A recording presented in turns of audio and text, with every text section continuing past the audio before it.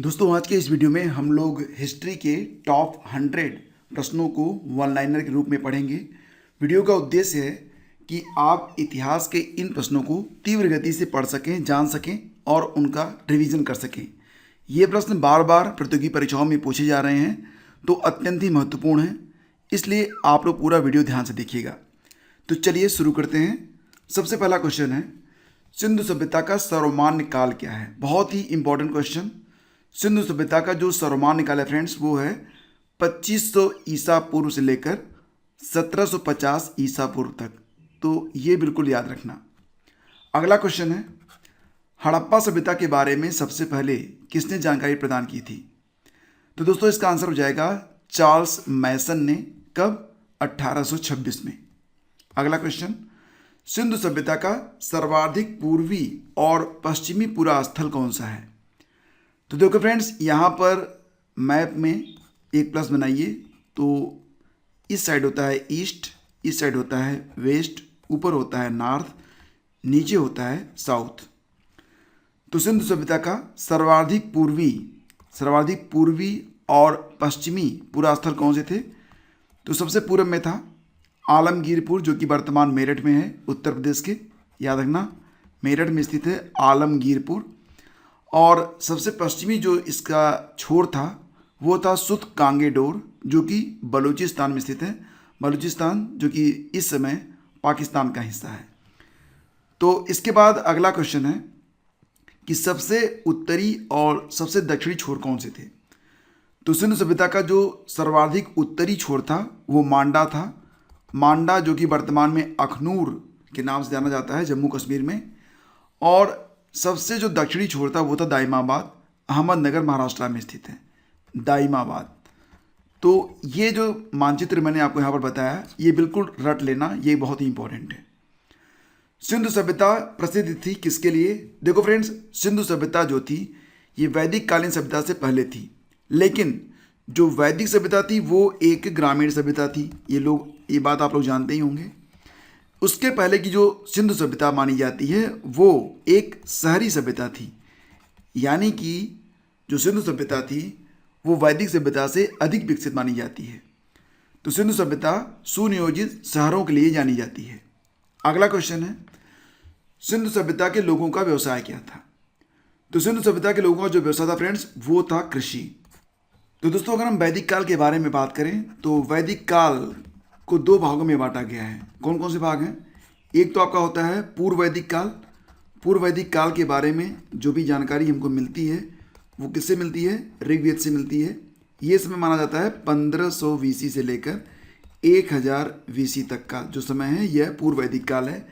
और दूसरा पार्ट है उत्तर वैदिक काल। ठीक है, उत्तर वैदिक काल, और इसका समय माना गया है 1000 वीसी से लेकर 600 वीसी तक का जो समय है, तो ये उत्तर वैदिक काल है। उत्तर वैदिक काल में बाकी के वेद लिखे गए और पूर्व वैदिक काल में सिर्फ ऋग्वेद था। ठीक है, और यहाँ पर देखिए, जो सिंधुकालीन सभ्यता थी तो उनके लोगों का जो मुख्य व्यवसाय था वो कृषि था। पूर्व वैदिक काल में भी मुख्य व्यवसाय क्या था? कृषि था। आगे चलकर इनका जो व्यवसाय था वो अन्य रूपों में बदलने लगा था। मुख्य फसलें जो बोई जाती थी उसमें जौ और गेहूँ प्रमुख था। मोहनजोदड़ो और हड़प्पा की पुरातात्विक खुदाई के जो प्रभारी थे उनका नाम क्या है? Sir John Marshall. ये बहुत ही इंपॉर्टेंट क्वेश्चन है। एक प्रश्न और भी ध्यान रखिएगा कि जो हड़प्पा की सभ्यता थी वो एक कांस्य युगीन सभ्यता थी, यानी कि उस समय लोगों को लोहे का ज्ञान नहीं हुआ था, जबकि लोहे का ज्ञान कब हुआ था? वैदिक काल में चलकर हुआ। तो हड़प्पा की जो सभ्यता थी वो एक कांस्य युगीन सभ्यता थी। कांसे का ज्ञान लोगों को था लेकिन लोहे का ज्ञान नहीं था। जो एक चिन्ह होता है ना, स्वस्तिक, ये जो चिन्ह है यह सिंधु सभ्यता की ही देन है। ये भी आपको याद रखना है। जो खुदाई में जो चीज़ें प्राप्त होती हैं तो उसमें ही ये चिन्ह भी हमें प्राप्त हुआ है। मृदुभांड तथा चावल के दाने कहाँ से मिले हैं? मृदुभांड मतलब मिट्टी के बर्तन, और चावल के दानों के जो अवशेष मिले हैं वो लोथल से मिले हैं। लोथल कहाँ पर है? गुजरात में है। और ये भी माना जाता है कि लोथल उनका एक बड़ा बंदरगाह था। मोहनजोदड़ो कहाँ पर स्थित है? तो वर्तमान पाकिस्तान में। और मोहनजोदड़ो की खोज किसने की थी? तो राखाल दास बनर्जी ने। एक नर्तकी की मूर्ति भी प्राप्त हुई है जो कि कांसे की है। ये कहाँ से प्राप्त हुई है? तो ये मिली है मोहनजोदड़ो से। ये बिल्कुल रट लेना, बहुत ही इंपॉर्टेंट है। सिंधु सभ्यता की सबसे बड़ी इमारत, सिंधु सभ्यता की जो सबसे बड़ी इमारत पाई गई है वो है मोहनजोदड़ो का अन्नागार। जो अन्नागार है वो सबसे बड़ी इमारत है, यह मोहनजोदड़ो से प्राप्त हुई है। जबकि मोहनजोदड़ो से प्राप्त जो प्रमुख स्मारक है वो है बृहत स्नानागार। तो ये दोनों चीज़ें आपको बिल्कुल याद रखनी चाहिए, ठीक है। अन्नागार सबसे बड़ी इमारत है और प्रमुख स्मारक बृहत स्नानागार है। हड़प्पा की खुदाई कब हुई थी? 1921 में हुई थी। किसने की थी? दयाराम साहनी ने, मतलब दयाराम साहनी खुद नहीं खोद रहे थे, उनके नेतृत्व में। सिंधु घाटी के लोगों ने पूजा भी की थी। किसकी की थी? मातृ देवी की। ये माना जाता था कि जो सिंधुकालीन सभ्यता थी वो मातृ प्रधान थी। परिवार का जो मुखिया होता था वो घर की माता होती थी।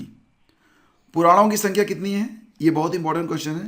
पुराणों की संख्या कितनी है? 18 है। सबसे प्राचीन पुराण मिलता है मत्स्य पुराण, और पुराणों के रचयिता माने जाते हैं लोमहर्ष और उग्रश्रवा।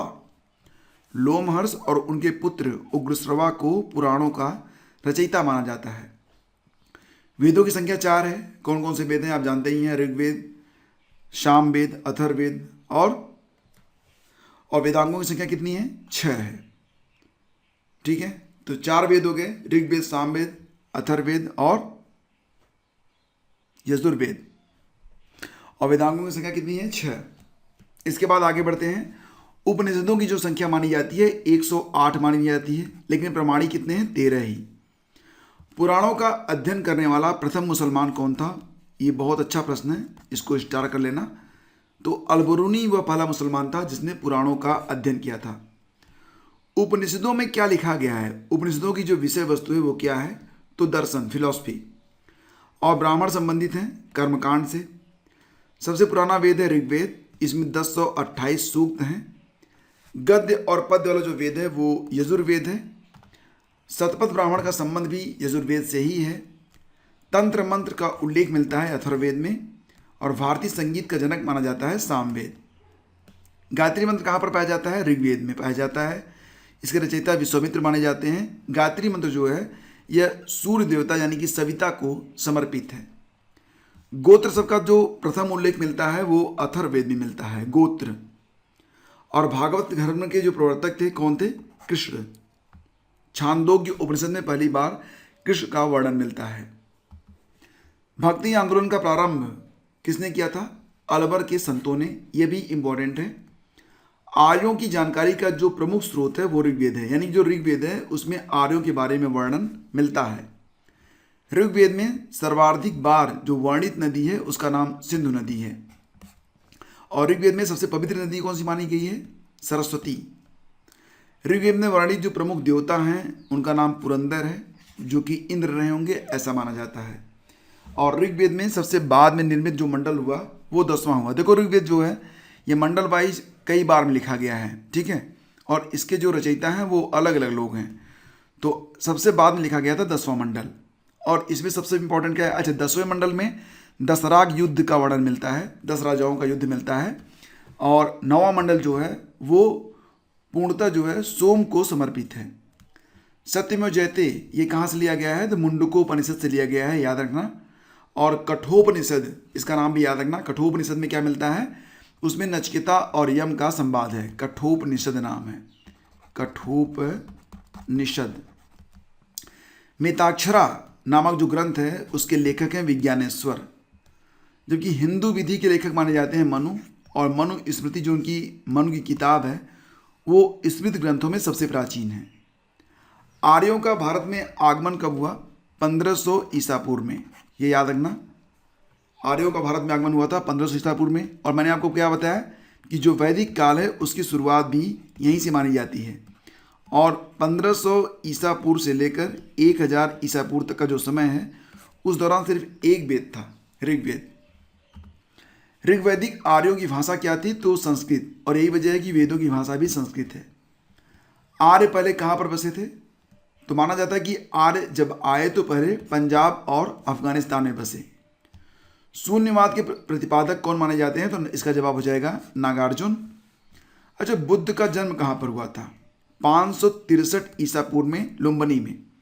अच्छा, मैं आपको बताऊं कि बुद्ध और महावीर स्वामी, ठीक है, गौतम बुद्ध और महावीर स्वामी के बारे में कुछ मैं आपको तुलनात्मक बातें बताता हूँ, बिल्कुल याद रखना।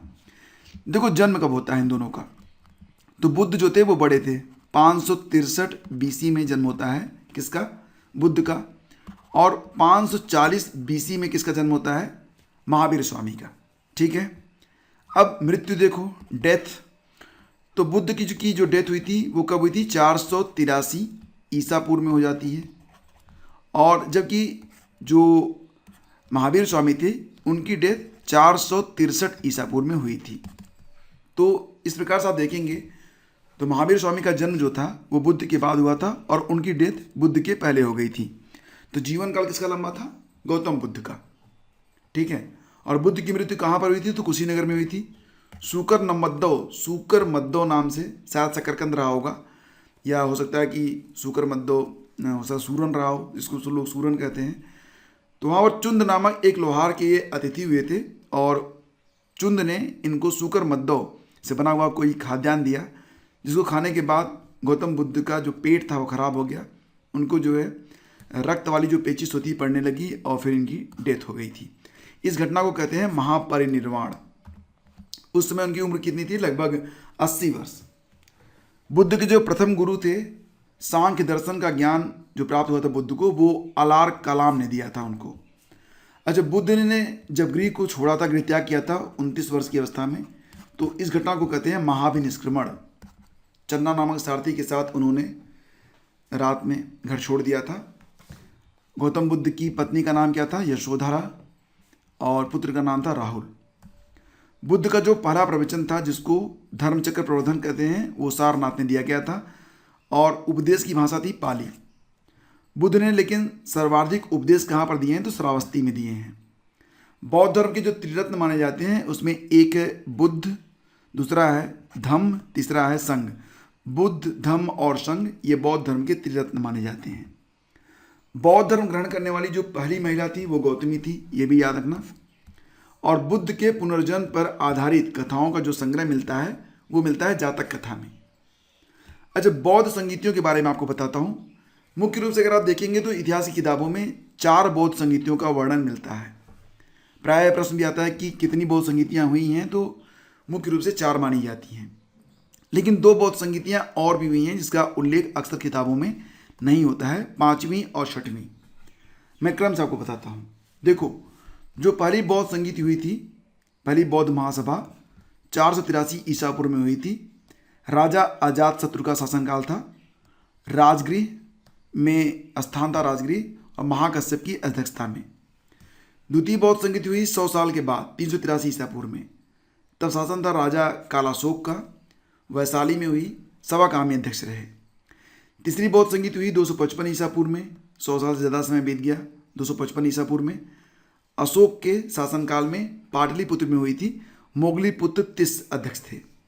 और चौथी और महत्वपूर्ण बौद्ध संगीति हुई थी ईसा की प्रथम शताब्दी में, कनिष्क शासक था, कुंडलवन कश्मीर में। अश्वघोष, वसुमित्र और वसुमित्र जो थे ये अध्यक्ष थे, ठीक है, अश्वघोष और वसुमित्र की अध्यक्षता में। तो ये 4 मुख्य हैं। इसको कैसे याद करोगे, 483, 383, 255 ईसा की प्रथम शताब्दी, 4-5 बार बोलोगे याद हो जाएगा। स्थान कौन सा रहा था, राजगृह, वैशाली, पाटलिपुत्र, तीनों वर्तमान में बिहार में हैं। चौथा जो है वो कुंडलवन मतलब कश्मीर में है। अध्यक्षता की गई सबसे पहले महाकश्यप, फिर सवाकामी, फिर मोगलीपुत्तिस और फिर अश्वघोष और वसुमित्र। तो इस प्रकार से बिल्कुल आप इसको रट लेना। अजातशत्रु, कालाशोक और अशोक महान लास्ट वाला हुआ था कनिष्क के शासनकाल में। तो कई बार पढ़ोगे तो याद हो जाएगा। 5वीं बौद्ध संगीति जो हुई थी वो 1871 में हुई थी, राजा मिंडन के शासन में, वर्मा में हुई थी, मांडले में। और 6ठी बौद्ध संगीति हुई थी 1954 में, वर्मा सरकार के द्वारा, प्रधानमंत्री यूनू की अध्यक्षता में, वर्मा के यांगून या रंगून में, ठीक है। तो इस प्रकार से इसके लिए एक शार्ट ट्रिक मैं आपको बता सकता हूँ। शार्ट ट्रिक आपको मिल जाएगी हमारे टेलीग्राम चैनल पर। तो 2 लाइन है, उसके बाद आपको सारी बातें याद रहेंगी। अगला क्वेश्चन है, अजंता की गुफाओं में किस ग्रंथ का वर्णन मिलता है? तो जातक कथाओं के बारे में, ठीक है।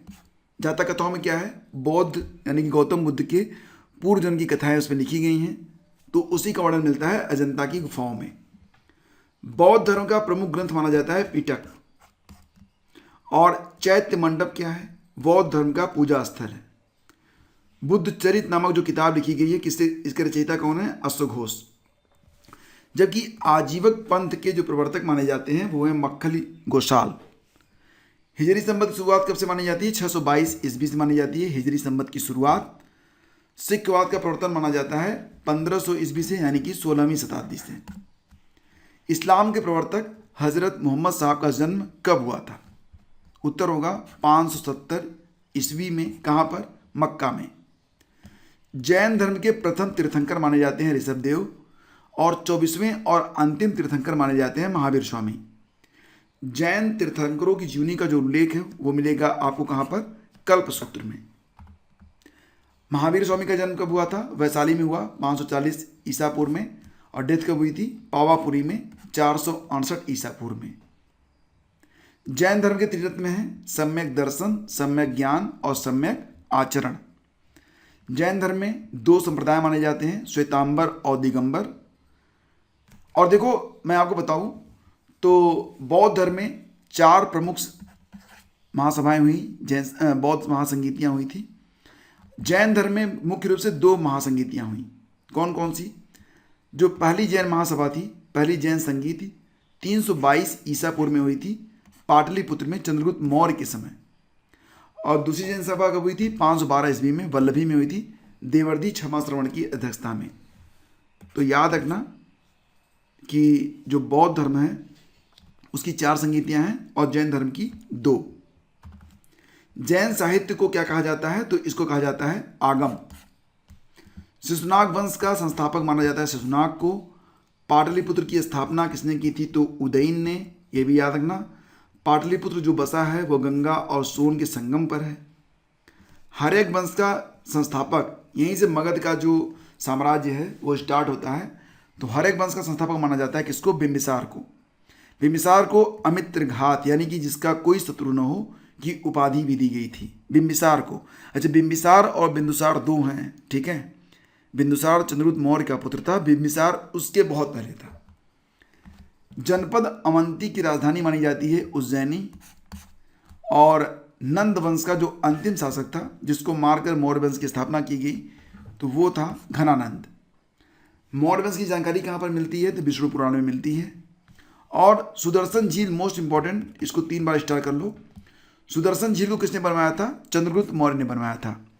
और एक बात और भी कि सुदर्शन झील का पुनरुद्धार किसने करवाया था? ये प्रश्न यूपीपीएससी का फेवरेट है। सुदर्शन झील जिसका निर्माण चंद्रगुप्त मौर्य के सौराष्ट्र प्रांत के गवर्नर पुष्यगुप्त ने करवाया था, और उसकी मरम्मत पहली बार शक शासक रुद्रदामन ने करवाई थी।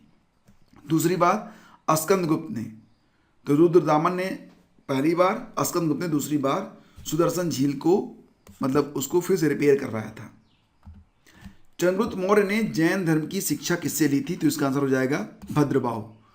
और जैन धर्म की शिक्षा लेने के बाद चंद्रगुप्त मौर्य कहाँ पर चले गए थे? कर्नाटक चले गए। अपने अंतिम दिन वहीं पर उन्होंने बिताए थे, और श्रवणबेलगोला में उन्होंने प्राण त्याग दिए थे, ठीक है। एक संलेखन करके विधि होती है जैन धर्म में, तो उसी विधि के द्वारा चंद्रगुप्त मौर्य ने अपने प्राण त्याग दिए थे। कहाँ पर? श्रवणबेलगोला में। चंद्रगुप्त मौर्य के दरबार में आने वाला जो यूनानी था वो था मेगास्थनीज। मेगास्थनीज की एक किताब भी है जिसका नाम है इंडिका, जो कि अब प्राप्त नहीं होती है। इसके अंश अलग अलग किताबों में मिलते हैं। शिलालेख का प्रचलन किस शासक ने किया था? तो इसका उत्तर हो जाएगा अशोक। और कलिंग युद्ध की विजय तथा क्षतियों का वर्णन किसमें मिलता है? तो अशोक के 13वें शिलालेख में। बहुत ही इंपॉर्टेंट है। अशोक का राज्याभिषेक कब हुआ था? 269 ईसा पूर्व में हुआ। अशोक की डेथ हुई थी 232 ईसा पूर्व में। सांची का स्तूप अशोक ने बनवाया था, और श्रीनगर की स्थापना भी अशोक के द्वारा की गई थी। अशोक के अभिलेखों की खोज कब हुई थी? 1750 ईस्वी में। किसने किया था? टी फैंथलर ने। और अशोक के शिलालेख को पढ़ने में सबसे पहले सफलता किसको मिली थी? जेम्स प्रिंसेप को 1837 ईस्वी में। मौर्य वंश का अंतिम शासक बृहद्रथ रहा। बृहद्रथ की हत्या करके उसके सेनापति क्या नाम था? पुष्यमित्र शुंग ने 185 ईसा पूर्व में शुंग वंश की नींव रखी। शुंग वंश एक ब्राह्मण वंश था और शुंग वंश का अंतिम शासक रहा देवभूति। और हरिशेन का जो इलाहाबाद प्रशस्ति लेख है यह किसकी जानकारी देता है? हरिशेन का इलाहाबाद प्रशस्ति लेख यह समुद्रगुप्त के बारे में वर्णन करता है। समुद्रगुप्त को भारत का नेपोलियन भी कहा जाता है। भारतीय सीमा में, अच्छा, समुद्रगुप्त जो है यह गुप्त वंश से है, चंद्रगुप्त जो है मौर्य वंश से, तो इसको याद रखना आप लोग। भारतीय सीमा में प्रवेश करने वाला प्रथम शासक डेमेट्रियस प्रथम था और डेमेट्रियस प्रथम को हरा दिया था पुष्यमित्र शुंग ने। तो दोस्तों ये थे आज के 101 प्रश्न और मुझे लगता है कि सीरीज आपको जरूर पसंद आई होगी और ये सीरीज अभी चलती रहेगी, यानी कि आगे भी आपको 100 प्रश्नों के जो वीडियोज हैं वो मिलते रहेंगे। अगर आप चाहते हैं कि ये सीरीज लगातार चलती रहे तो वीडियो को लाइक और शेयर जरूर कीजिएगा। जितने अधिक लाइक आएंगे उतनी जल्दी मैं आपको दूसरा वीडियो अपलोड करके दे दूंगा। और इसकी जानकारी कैसे मिलेगी आपको? तो फ्रेंड्स, इसके लिए आप ज्वाइन कर सकते हैं टेलीग्राम चैनल स्टडी विद ज्ञान प्रकाश, या फिर अभी सब्सक्राइब कर लीजिए इस चैनल को, वीडियो को लाइक कर दीजिए और अपने दोस्तों के बीच शेयर भी। हम मिलते हैं आपसे अगले वीडियो में, तब तक के लिए जय हिंद।